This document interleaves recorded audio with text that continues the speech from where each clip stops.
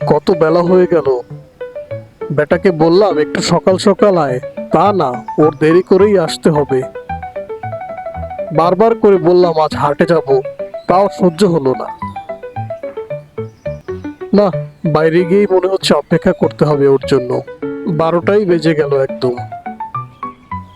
বুঝতে পারছি না, বেটা কি আজ আসবেই না নাকি? সেরেছে। আজকে তো বেটা একদম গালাগাল দিয়ে থবে না আমাকে। অনেক সকাল সকাল আসতে বলেছিল। আমি তো সকাল সকাল ঘুম থেকেই উঠতে পারি না। বেটা তো আর এটা বোঝে না। দেখি, আজকে মনে হয় কপালে গালাগালি শোনা ছাড়া আর কিছুই নেই। তাও যাই। এখন সকাল পেরিয়ে দুপুর হয়ে গেছে। দেখি, দ্রুত পা চালিয়ে যেতে হবে। না, এবার দৌড় লাগাতেই হবে, না হলে তাড়াতাড়ি পৌঁছাতে পারবো না।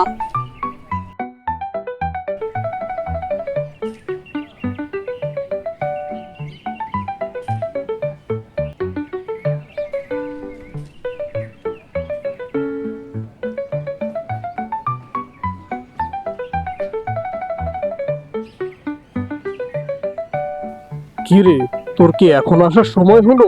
তোকে না কত সকাল আসতে বলেছি। চল তাড়াতাড়ি হাটে যাই। বন্ধু, মন খারাপ করিস না।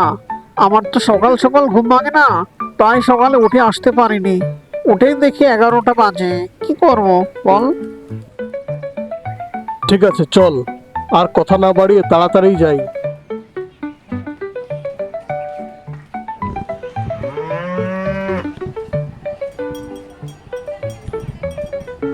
আসেন স্যার, দেখেন আমার গরুগুলো একদম নিজস্ব খাবারে পালা।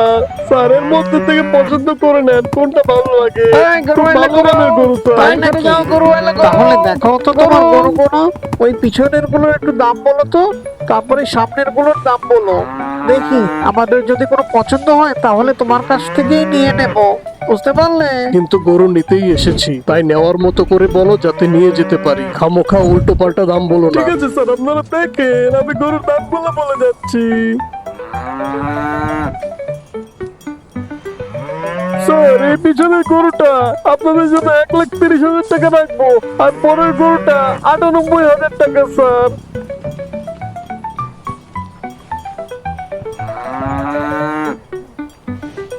আপনাদের পেছনে খয়টা স্যার 1,50,000 রাখবো, আর কালো গরুটা 1,20,000।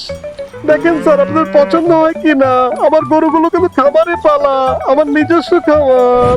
এগুলো কিন্তু একের গরু স্যার।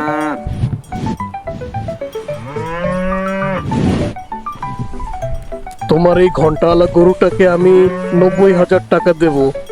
দেখো তোমার দামে পোষে কিনা। যদি পোষে তাহলে চলো, নিয়ে চলো।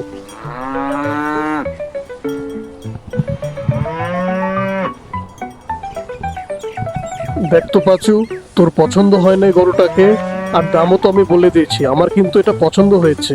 বুঝতে পারলি স্যার? আমি বলি আর মাত্র 4,000 টাকা দিয়ে গরুটা নিয়ে যান স্যার। আমি আর তোমাকে মাত্র 1,000 টাকা দেব, যদি পারো তাহলে চলো, দড়ি নিয়ে হাসির ঘরের সামনে ও চলো। ঠিকই বলেছে। এই গেলাম আমরা আমরা। 1000 টাকার বেশি এক ঠিক আছে টাকাও দিতে স্যার, পারবো আমি না। গরু নিয়ে আসছি।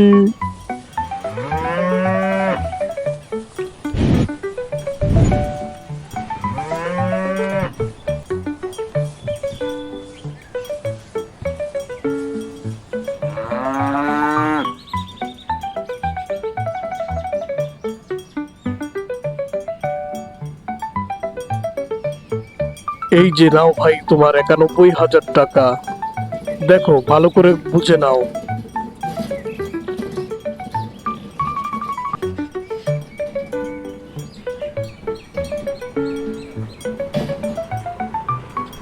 এখন তো তাহলে হয়েই গেল।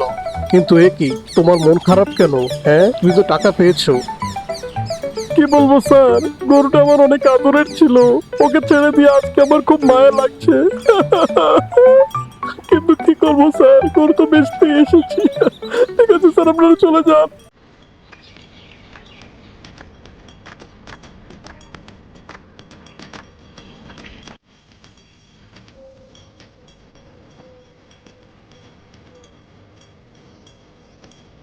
পশু ক্রয়ের পরে এ সময়টাই সবচেয়ে আনন্দ ঘন মুহূর্ত। এরপর থেকে কোরবানি পর্যন্ত কোরবানি পশুর সাথেই গড়ে ওঠে আনন্দময় খুনসুটি।